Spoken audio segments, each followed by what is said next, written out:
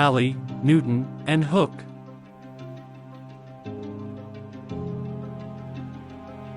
Halley was a sea captain, a cartographer, a professor of geometry, a deputy of the Royal Mint, an astronomer, and the inventor of the deep-sea diving bell, and wrote some on magnetism, tides, planet motions, and fondly on opium.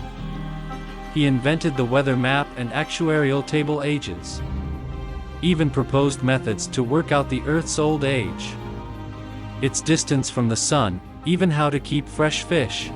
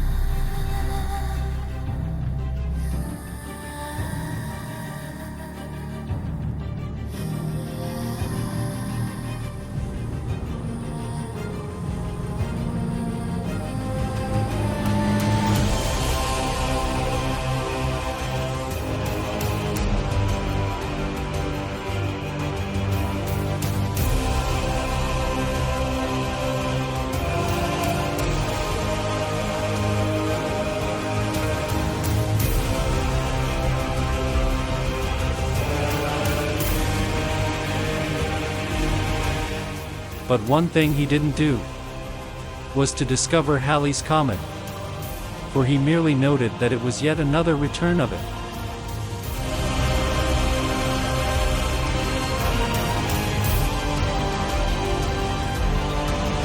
He made a wager with Robert Hooke, the cell describer, and with the great and stately Christopher Wren.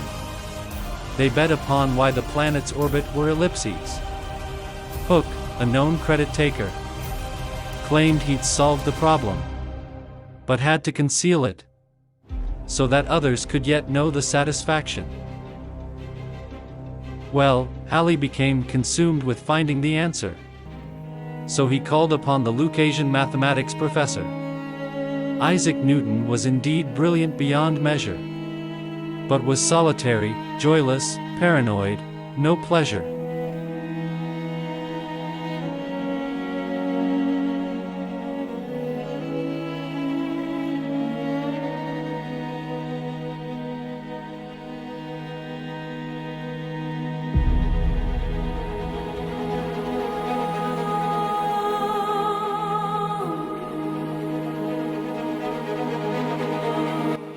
Once he had inserted a needle in his eye and poked around, far inserting the bodkin between the eye and the bone.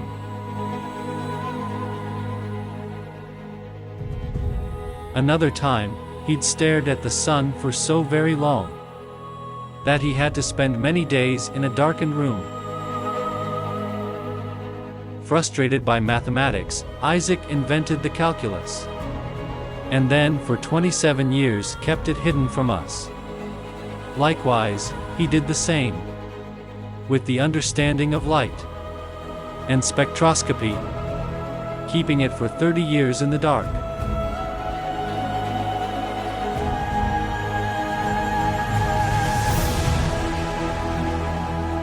For Newton, science was but a partial part of his life's roots.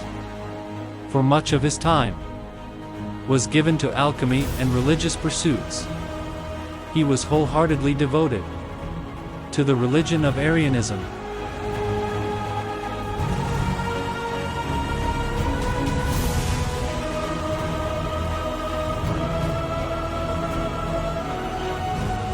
Whose main tenet was that there could be no Holy Trinity. Ironically, he worked as a professor at Trinity College, the only one there who was not Anglican. He also spent an inordinate amount of time studying the floor plan of the lost Temple of Solomon the King, even learning Hebrew, the better to scan the texts.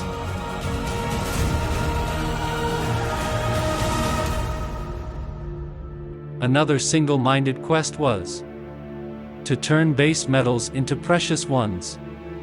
His papers revealing this preoccupation over optics and planetary motions, and such mentations.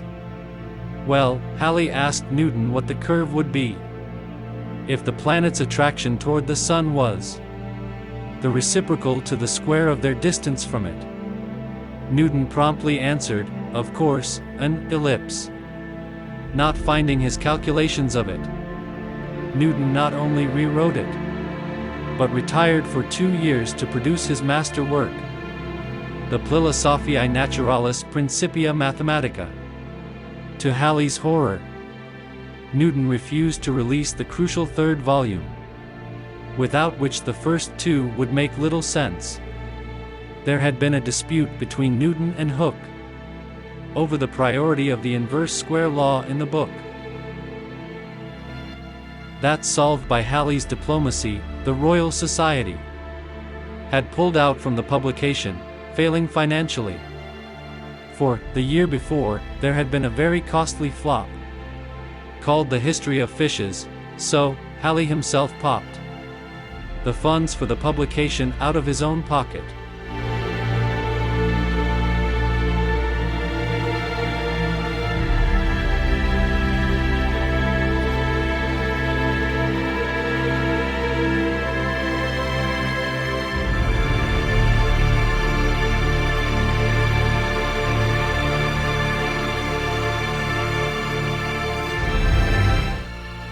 Newton contributed nothing, as usual, and, to make matters worse, Halley had just taken a position as the Society's clerk, they failing to pay the promised £50 to his purse, paying him only with very many copies of The History of Fishes.